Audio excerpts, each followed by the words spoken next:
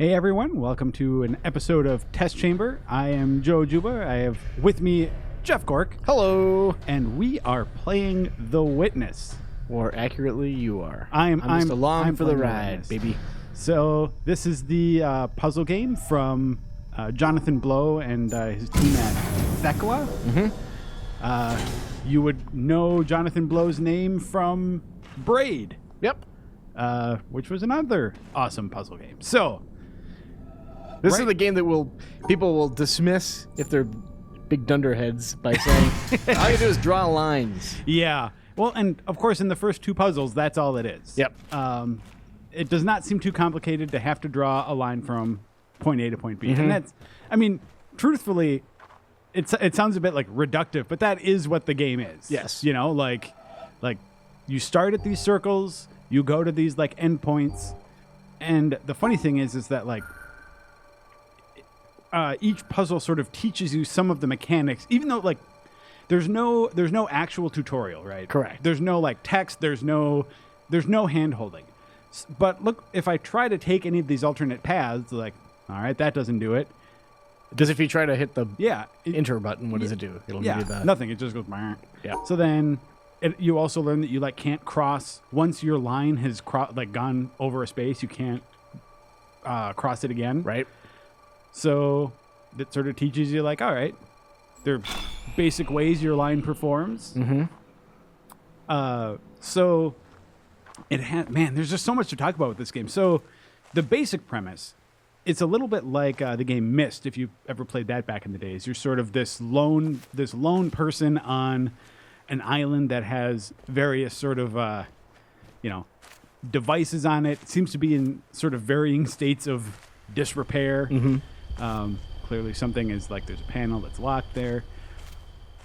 So beyond that, like there's not much to know and not much that gets explained in The Witness. And I did a preview on this a while back and got to play it for a bunch. And at that point, the build that I was playing, it did not have the audio recorders, which it seems like those provide kind of... Talk to me about those. What do those provide? Because I saw one, and it was just a quote from Albert Einstein. Yeah, and that's basically all they are. So that's actually, I mean, I have so many positive things to say about The Witness, but one of my criticisms of it is that like this world, I mean, you can already see from this area we're in, like there's something sort of like strange about it. You know, it's like, okay, there's some ruined castle. Like, what's this doing here? What are these panels about? Who put them there? Who am I? Why am I here? Right. And like, those are things that just by the nature of like you playing a game and being in this world, like those are questions that are going to come up, even if the game doesn't, sort of explicitly say like, who are you? You know, even if there's no explicit narration, those are sort of implied questions as you're playing. Right. And like, and they're not answered. Or at least not during the course of a normal playthrough. I've been told that, you know, the people who basically, if you're going for like 100% in the game, if you're really thorough in exploration, you can find something that's a little more explicit in the way that it explains stuff. But for the most part, you're just sort of, it's more about the puzzles. It's not a story forward game. The world and the setting are all mainly just there to, as a delivery mechanism for these puzzles. That honestly, when I was playing, it didn't bother me too much. There's a nice sense of wonder about the experience, and we'll get out of this opening area and show some variety for the other puzzles. Because right now, it just looks like this is like just getting you up to speed, and it seems like these are very simple. And I can understand if you just played this section, you would be like, "Really, this is it?" Yeah. Well, and that's one of the reasons. Not much to talk about with these puzzles. They're just teaching you some of the... They're basically building a basic vocabulary for you in terms of like the way some parts of the game function. Right. So like... Excuse me. So this one, there's two exit points, basically. You can see two pulsing things on the right. Right. And there are like cables, and you can illuminate either the top one or the bottom one, depending on where you go. Right. So this is an example of like, instead of tutorials... The game has various teaching puzzles. Like, this is not a hard puzzle to solve. Getting to the end is not... Getting the right answer isn't the problem. Right. It's teaching you that, like, depending on which exit you go to on a puzzle, you might see different results. Exactly. And that comes into play in a major way in another area later on.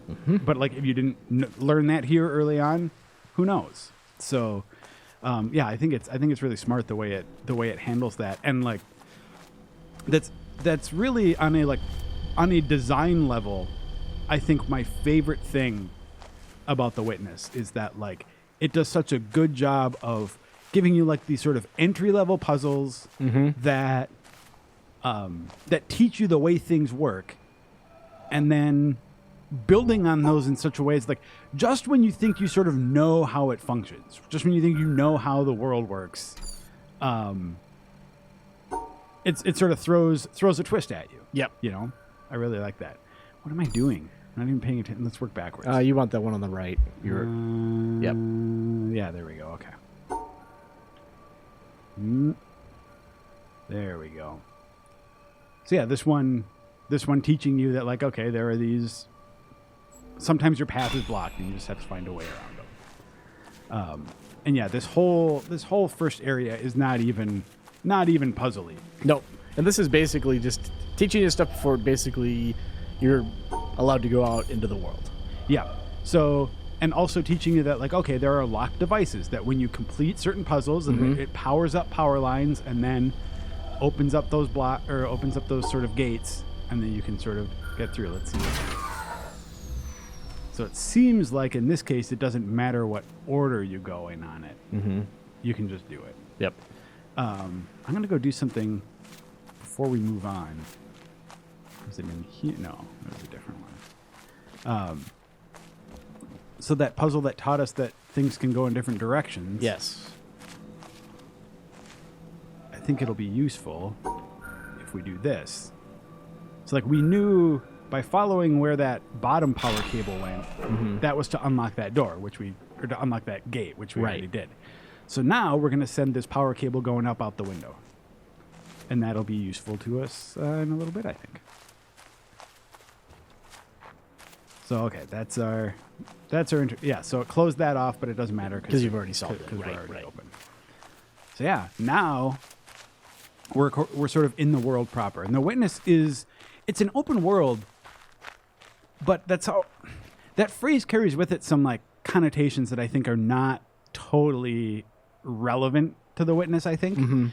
And that's like, it's not like there are quests everywhere that you can do or necessarily that there's things to like go and explore. Right. But you'll notice that the world is kind of arranged by theme. Like you'll notice like, well, let's see these guys here. You'll notice immediately. This is teaching you a new wrinkle on that existing puzzle. So what's going on here?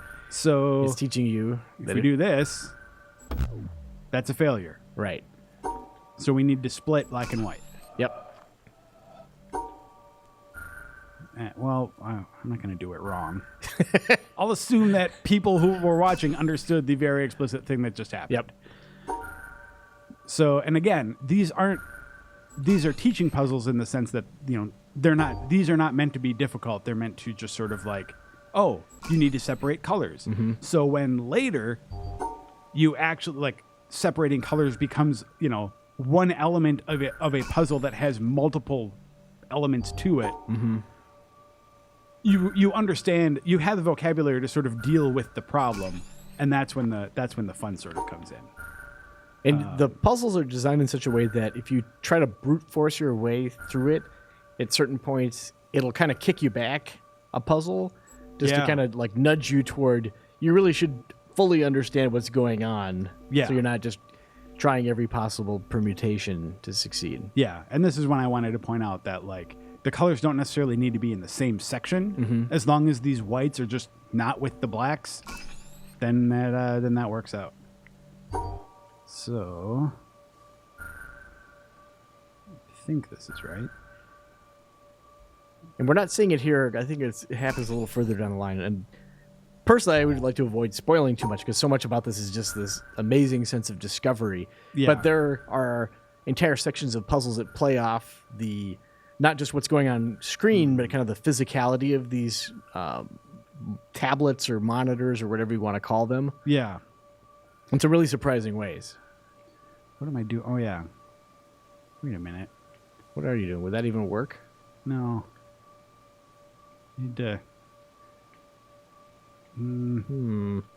This really should not be hard. There you go.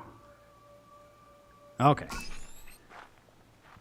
So again, that's just a sort of. That didn't really like accomplish anything because you will notice as you kind of progress through the game, there. God, I really don't want to say too much, but Yeah. Well, here's we actually can show something. Yeah. Again, apologies. Jeff and I have played enough of this that we know some of the stuff, but like talking about them sort of ruins the discovery of it also. So, but like without going too much into it, like. Okay, so we know that we have to separate black and white, but like, what do those black dots mean? exactly the different shapes. Yeah, and like, oh, you can start at any one of these. Okay, which of these exits do you need? So it's like, and this is actually compared to some of the other like symbols and stuff that show up later on. This is a pretty straightforward puzzle here. Once you figure out what it's trying to tell you to do, and you'll learn that by exploring and coming up upon those. The hexagon shapes, that's like a focus of an area in a different part of the island. Yeah, for the most part, they're grids. There are some exceptions to it, but I think we can do this area. I mean, we want to show some of what's cool about the game. So, like, I think that we can do this orchard area without being too spoilery. Yeah. Or without ruining it for people. But like, just to give a sense of some of the areas, you've got this sort of like, kind of a Japanese garden vibe going on there. There are these weird like obelisks in the world. You'll find out what those are for. And then, Jeff had mentioned something about the hexagon stuff. That's what's going on over here.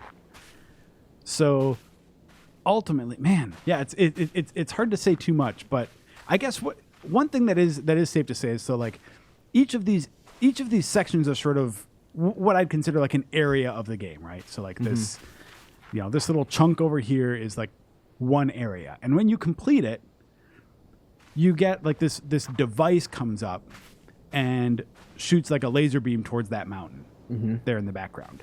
So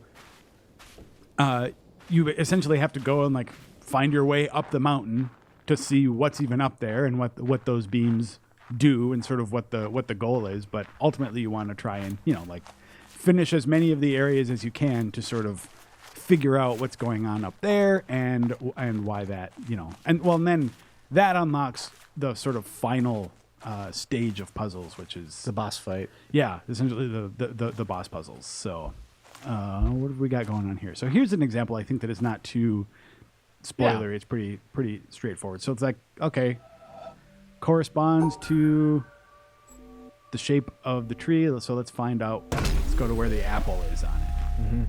And then you do a lot of this. You need to like follow the cables to find out where you're supposed to go next. You're kind of looking at the tree. Yeah.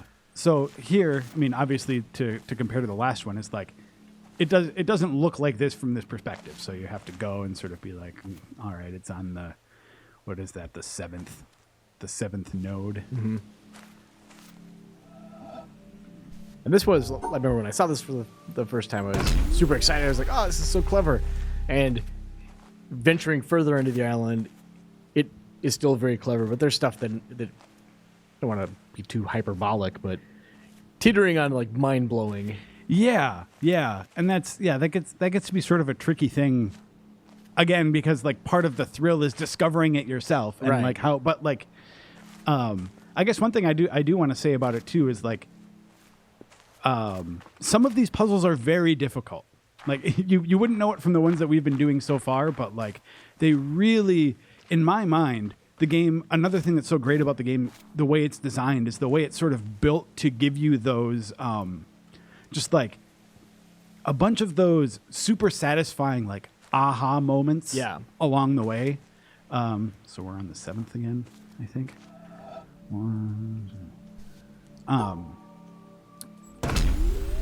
So the way it's like all of this stuff, it builds you up to a like it layers in complexity so gradually, but then you might get to a point that you don't understand. And then that moment of when it's like, oh, wait a minute, is this what it wants me to do? Yeah. Because you like, what we've seen, so just like taking a little look at the tree from a different direction is not like, is not like mind blowing or anything. Mm-hmm.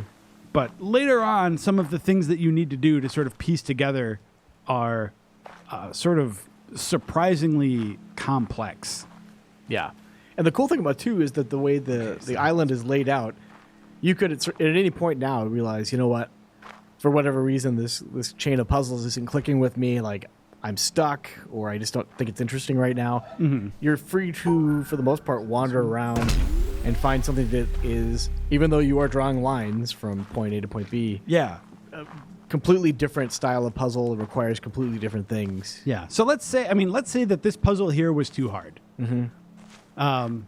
Then I could because this is where the open world nature of the game is really helpful, in that like you can just run off and try something else for a bit. You can, because there are so many areas and so many puzzles. I mean, I think the game has over 600 different like panels to solve, and not all. I mean, some of them are easy, like the ones we've been doing so far, but like a lot of them aren't. Yeah, so you can always just sort of go and like try and check out a different area. Can we even get into this one yet? You can go and like you can always make progress somewhere. Yeah. And it also has that thing that I just love about a good puzzle game, which is like when you can sit there and sort of like think about it and not totally understand like what's going on, or bang your head against a puzzle for a while and give up, and then like come back an hour later and then like kind of see it with new eyes. Yep. You know, just instantly solve it. Oh, okay, that's what they're looking for. That happened to me when I was reviewing this game, which you can read the review up on the site right now, and give it a 9.25. Whereas like I spent like 2 hours one morning on one puzzle, and couldn't solve it, and then like came into work and just like did it instantly. Yep. So yeah, it's just the way it works. So here we see another sort of wrinkle to the grid drawing thing. Where's the first one? There we go. Is that okay? So it's still drawing on a grid, but now whichever one you do is sort of paralleled. Right. So And they're not always symmetrical. Like Yeah. your motions are symmetrical, but the actual play field is not. So then you have to like figure that out. Let's see, I don't even remember if this is right. I have to say I don't envy you right now because, like, I solved these, but I could not do them on command immediately. Let's see. Yeah. Well, that's one of the other things. Is like, yeah. I mean, I've done these before, but it's so much. What's the right way to like? It's not like you memorize the solution to them. It's a very sort of situational thing. You like you figure it out in the moment, kind of thing. Exactly. So okay. I don't even. There we go.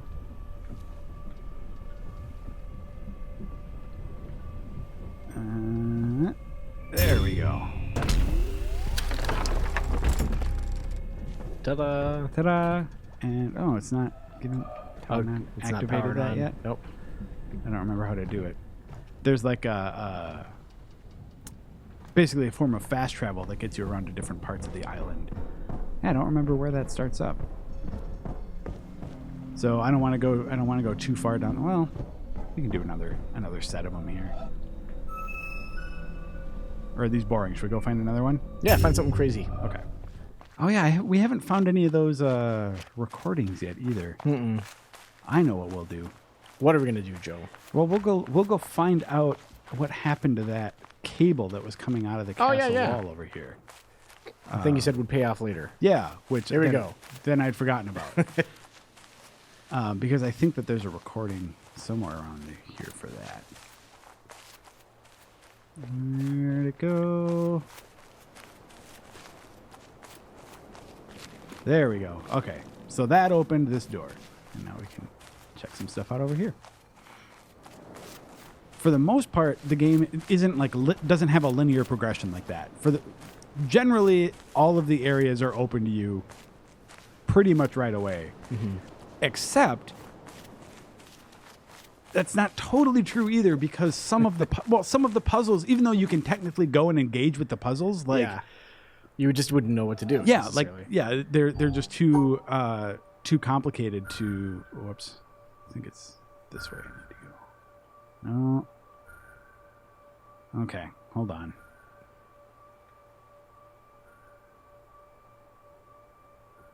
There we go.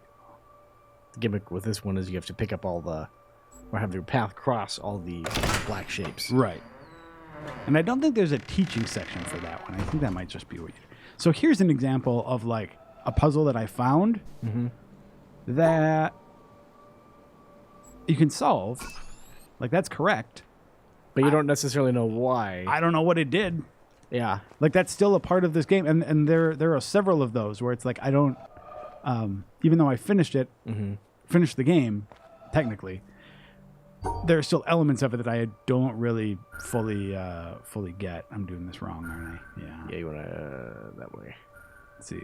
Was that helpful how I said that way? Yeah, what way? That way. Here, let's do... Okay, let's try this again. Nope. Okay, well, we'll quit this one for now. This is when you would typically throw your controller. Yeah. I would walk by and it was ugly. No, you walked... I mean, I want to find... see if we can find one of the harder sequences just to, like, give an idea of how complex it is. Because, like, you know, we saw a puzzle that brought together the black and white, like, color splotches and those sort of, like, black dots that you need to, you know, hit all of them to finish. Do you think, like, the hedge area? Is that... Maybe there's a particular one that I'm thinking of that's sort of like down by the... I always call it the docks area, but I don't know if that's really correct. But maybe it's over here. What I was going to say though is that, like, some of the puzzles, in addition to just incorporating multiple symbols, like, you know, the color splotches and the black dots and all that stuff, also have sort of other, like, navigational tricks that you need to integrate also. This is the area I was thinking of. Okay. That forest where it's like in autumn, I love that area. Yeah, It's absolutely beautiful. This one that one right Straight there. ahead, yeah. Yeah. Well, and it's also really interesting. This is another thing I really like about the island itself is, like, there are really a lot of, like, I don't know, like, biomes represented. You know, like it's not meant to be like a believable world in which all this stuff is there. It really is, like, I guess I'm impressed at how big it feels, while at the same time not feeling bloated. You know, like yeah. it's as compact as it needs to be to put all the puzzles close together, but big enough to feel like expansive. Like there's some cool areas and stuff. Okay, so we've talked about this already. I'm already doing it wrong, I think.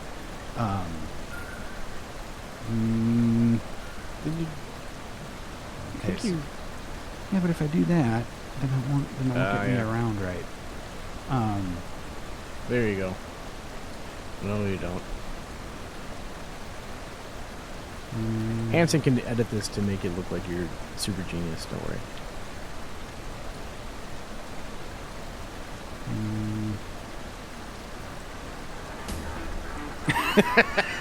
Oh.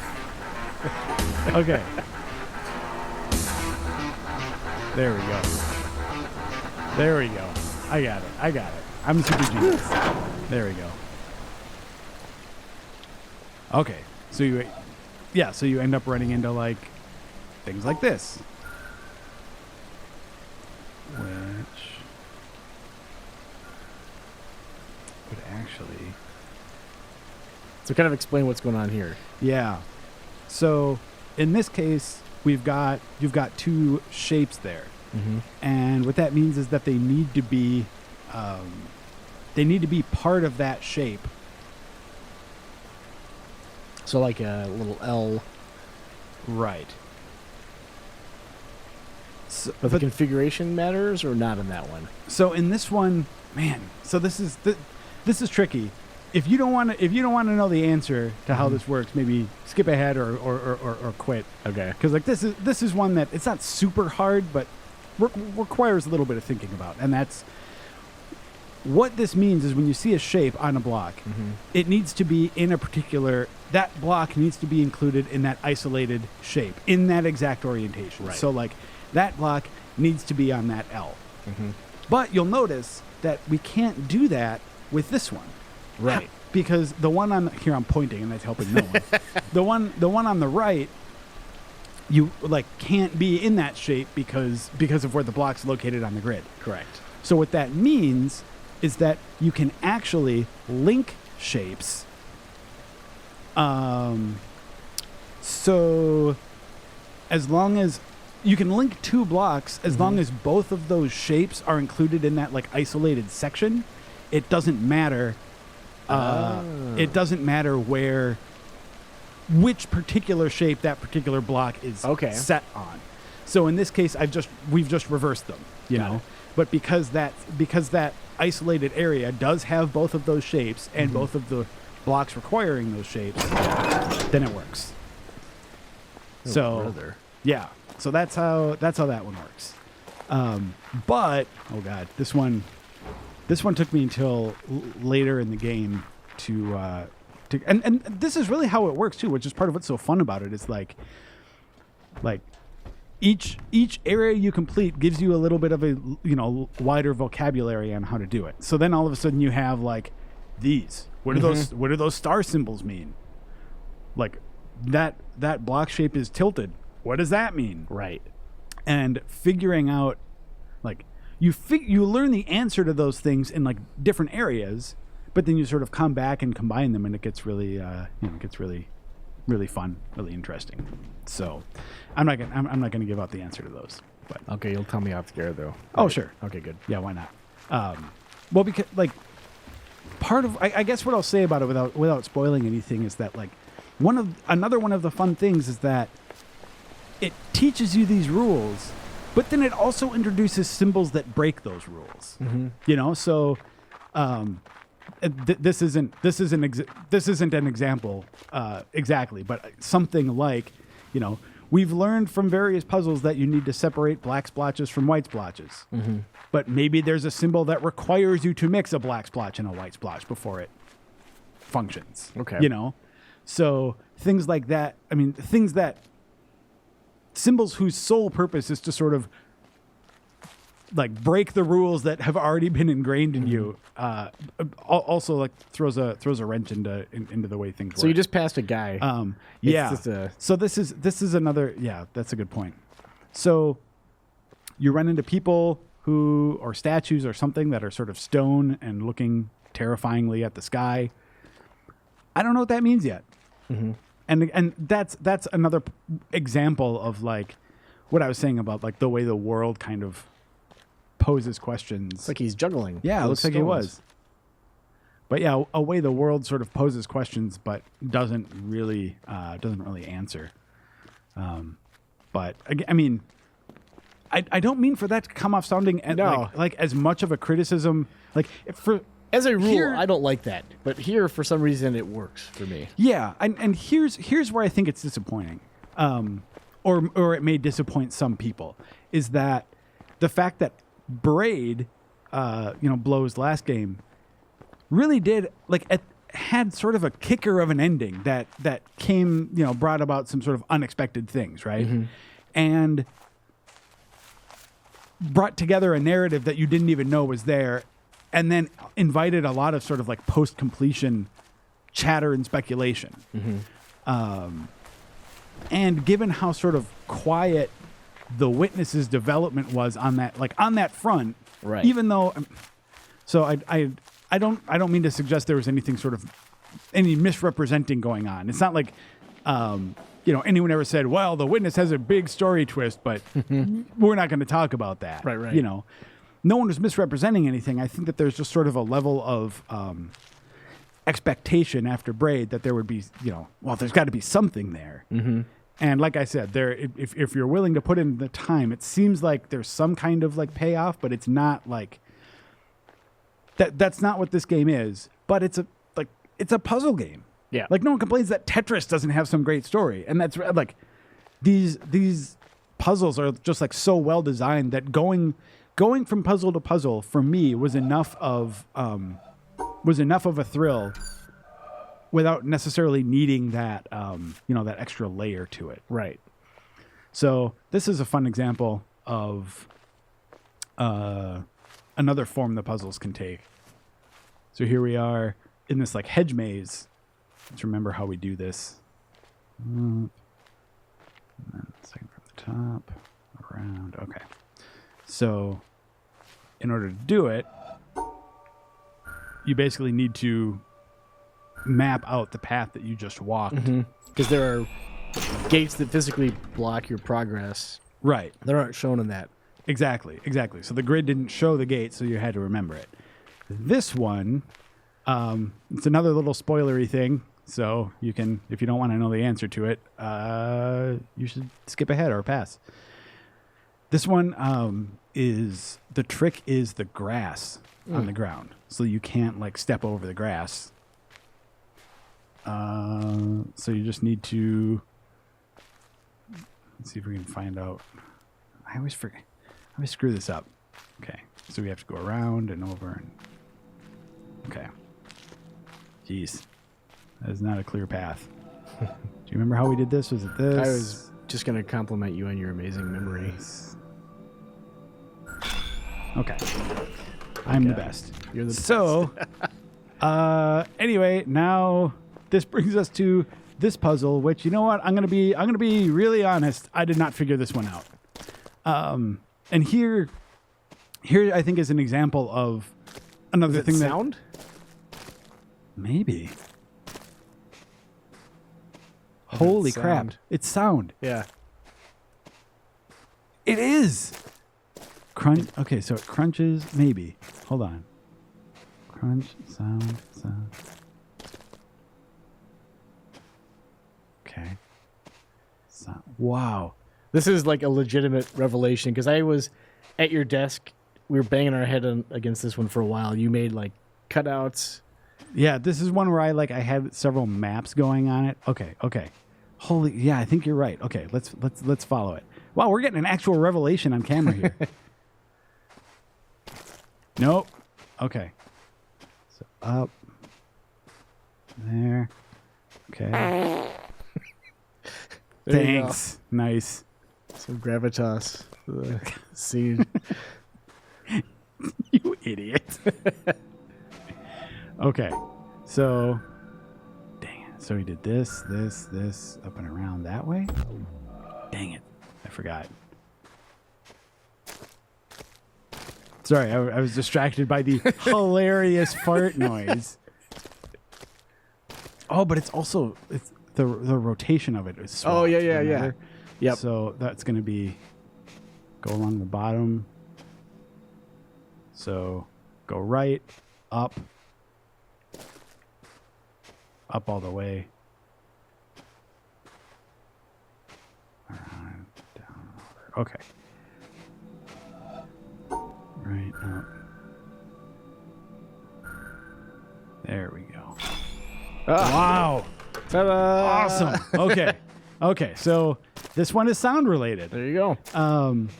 But then that brings us to this fourth one, This one's just all farts. which is wherever it farts, you know it's correct. So yeah, I mean, I guess that's in this case too. What I should say about this particular area is that like on the other side of it, there are some other sort of physical puzzles that you like need to walk through to solve, and then you unlock that thing up at the. I mean, I assume. Yeah. I didn't actually do it, but if it follows what happens in all the other areas, yeah. So that's just. I think that's actually a pretty good taste of the variety and complexity that you get in some of these puzzles. Just wow, that sound thing. I'm still sort of So keep your headphones on, people. Yeah, no joke. Yeah, so I think that's a good look at The Witness. Thanks, Jeff, for sitting in and helping me solve that puzzle. You are welcome. All right, and thank you all for listening. We'll see you next time. Bye-bye. That's hilarious. Just like time passes and it was just like instantly obvious. Like, oh yeah, it's a sound. Duh. Wow.